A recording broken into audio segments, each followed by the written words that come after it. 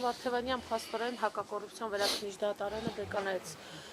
Սարգիս Պետրոսյանի որոշումը եւ Սամվել Կարապետյանին կրկին կալանավորելու որոշում կայացրեց։ Եվ նաև պարոն Վարդևանյան նշված էր, որ նիստը լինելու է 16:00-ին, ինչպես ստացվեց, որ ավելի շուտ հայտնի դարձավ որոշումը։ Եվ ինչն է հիմք հանդիսացել, ինչն են պատճառաբանել, որ շատին տանում են կալանավորել։ Ես ձեր բոլոր հարցերը լսեցի, հարգելի գործընկերներ, սիրով կպատասխանեմ հերթականությամբ, եթե թույլ տաք։ Առաջինը ցանկանում եմ հետևյալը նշել. Սամվել Կարապետյանը, թե որպես ազգային բարերար, թե որպես Հայաստանի Հանրապետության երևի թե ամբողջ նորագույն պատմության ընթացքում ամենամեծ բարեգործություններ արած անձը, եթե մարդկային լեզվով ձևակերպեմ, Հայաստանի Հանրապետության համար միայն լավն է արել, իսկ թե ինչ կատարվում է իր նկատմամբ վերջին 7 ամսվա ընթացքում, սա ոչ միայն վրեժխնդրություն է, սա ոչ միայն հաշվեհարդար է, սա ոչ միայն քաղաքական հետապնդման ամենանենգ դրսևորումն է, այլ ես չգիտեմ սա ինչ է։ Ինչ եմ ուզում ավելացնել այս ասածից։ Տեսեք, Սամվել Կարապետյանը իսկապես առողջական ոչ մի խնդիր չունեցող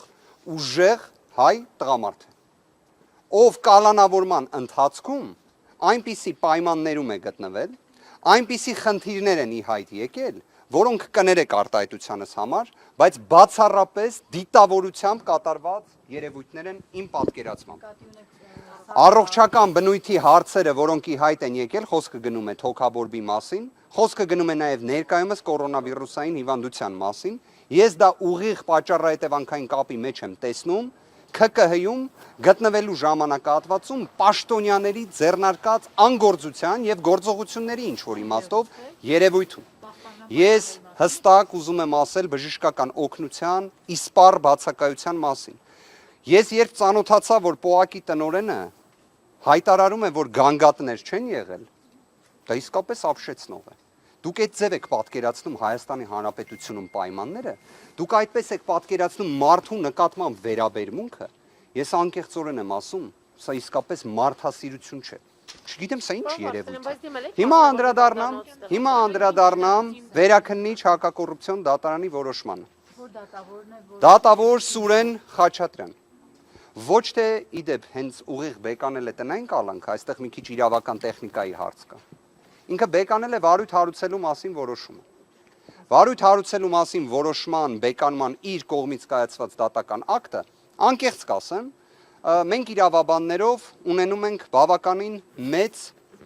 պատկերացումներ, ինչ որտեղ երևի թե ֆանտազիա ենք մեծ ունենում։ Դատավոր Սուրեն Խաչատրյանի ֆանտազիայից մենք չունենք։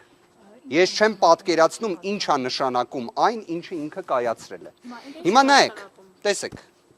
Սուրեն Խաչատրյանը գտնում է օրինակ, որ Սամվել Կարապետյանի նկատմամբ երբ կիրառվել էր տնային կալանքի հետ միաժամանակ լրացուցիչ սահմանափակում կոչերով հանդես գալու վերաբերյալ, օրինակ Սուրեն Խաչատրյանը հավանաբար երևի իսկապես շատ հետևում է Սամվել Կարապետյանի կոչերին, գտել է, որ դա եղել է ոչ իրավաչափ։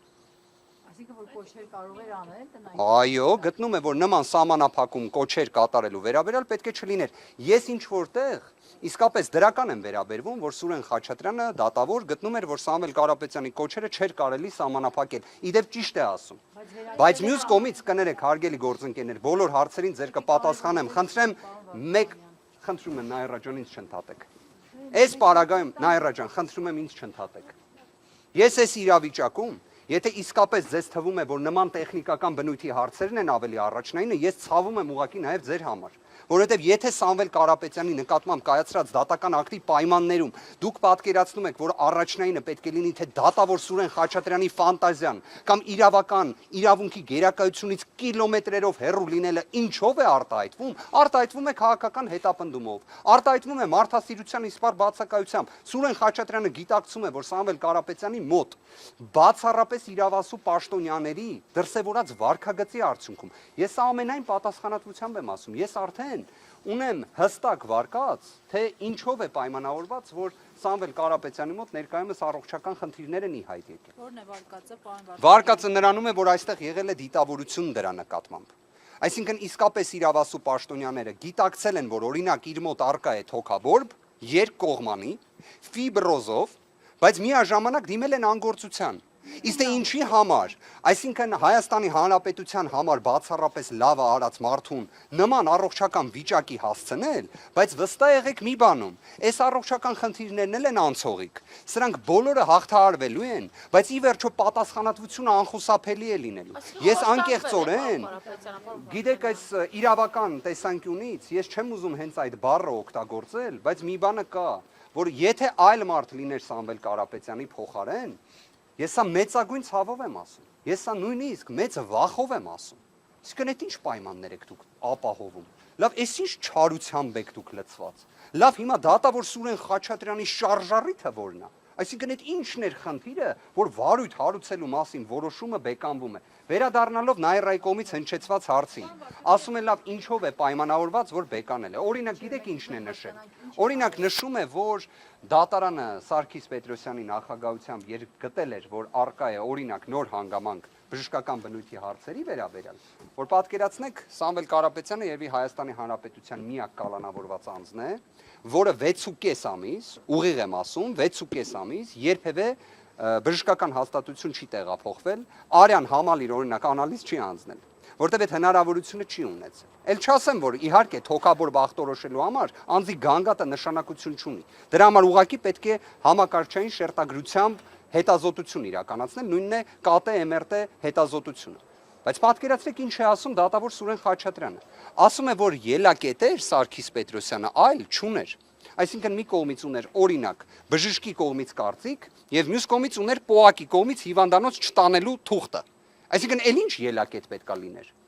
Այսինքն ի վերջո այդ իրավիճակում, երբ օրինակ պետության իրավասու պաշտոնյաները որևէ միջոց չեն ձեռնարկում, հենց այս հակակոռուպցիոն դատարանը, հենց այս հակակոռուպցիոն դատարանի վերաքննիչացիանը, իդեպ հենց նաև Սուրեն Խաչատրյանը, որի վերաբերյալ դատական ակտ ունեմ, եւ Վճռաբեկ դատարանը նման բոլոր դեպքերում, երբ պետության կողմից կա անգործություն, այն էլ անգործությունը ոչ նման է այս դեպքի։ Այսինքն օրինակ մի քանի անգամ տարել են բժշկական հաստատություն, հետո նորից չեն տարել։ Դա գտել է որպես հիմք տնային կալանք կիրառելու կամ ավելի նվազ խափանման միջոց կիրառելու։ Բայց ունենք այն իրավիճակը, որ ունենք։ Սամվել Կարապետյանի առողջական Ոչ միայն, նաև ջանասիրության իսպառ բացակայությունը քննիչի կողմից։ Օրինակ Սուրեն Խաչատրյանը գտնում է, որ ջանասիրության իսպառ բացակայության վերաբերյալ մեր կողմից ներկայացված հիմնավորումները ամբողջական չեն, որովհետև քննիչի կարծիքը այդտեղ չի երևում։ Այ որ օրինակ Սուրեն Խաչատրյանը դատավոր մանրամասն նայր գործի նյութերը, կտեսներ, որ երբ մենք քննիչին միջնորդում էինք, ասում էինք գործողություններ արա, մենք նաև քննիչից ստանում էինք իր դիրքորոշումը։ Այն է, որ մենք օրինակ անհիմն միջնորդություն ենք անում եւ դա մերժում էր ու այդ որոշումները կան գործի նյութերում, բայց երևի Սուրեն Խաչատրյանը այնքան էր շտապում։ Իդեպ իսկապես Սուրեն Խաչատրյանը աննախադեպ է շտապում։ Սուրեն Խաչատրյանը 4 օրում ոչ վարույթ հարուցելու մասին որոշումը։ Ինչ է դա նշանակում, որ այս Հարգելի գործընկերներ, ես դրա համար ի սկզբանե ասեցի, որ այստեղ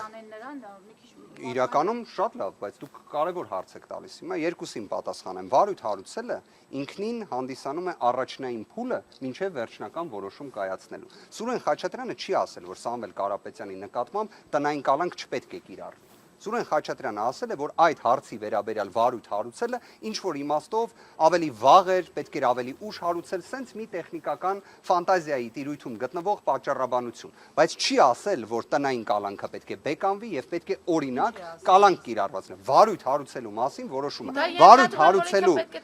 տեղափոխվի մեկուսարա։ Եկեք հետեւյալը ասեմ, դա նշված է, չի կարող ենթադրել, պատճառաբանեմ ինչու։ Քրեական դատավարության օրենսգիրքը հստակ սահմանում է մեկ կարգավորում։ Անձի կողմից,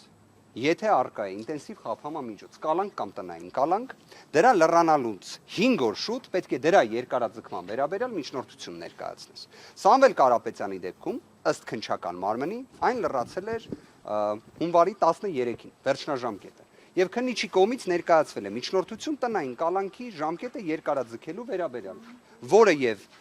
դիտարկվել է դատարանի կողմից, վարույթ է հարուցվել եւ 16:00-ին դատական նիստ է նշանակվել։ Կռահելով հաջորդող հարցադրումները, քրեական դատավարության օրենսգիրքը որևէ կառուցակարգ խափանման միջոցների փոփոխության, երբ արդեն հստակ ժամկետը արկա է, այսինքն այդ 5 օր վաղ ներկայացնելու սահմանափակումը չի նախատեսում։ Հետևաբար, արդյոք դատախազությունը եւ քննչականը ամեն կերպ քաղաքական հետապնդման շրջանակներում երևի թե նույնիսկ երազում են տեսնել Սամվել Կարապետյանին կալանավորված, բայց իրենք ունեն մեծագույն խոչընդոտ։ Դա քրեական դատավարության օրենսգիրքն է։ Կամ Հայաստանի Հանրապետությունում թող գան արձանագրեն, որ քրեական դատավարության օրենսգիրքը դրվում է մի կողմ, կամ պարզապես պետք է ստիպված լինեն կրկին դիտարկել տնային կալանքի երկարաձգման միջնորդությունը, որի վերաբերյալ մենք ունենք առարկություն։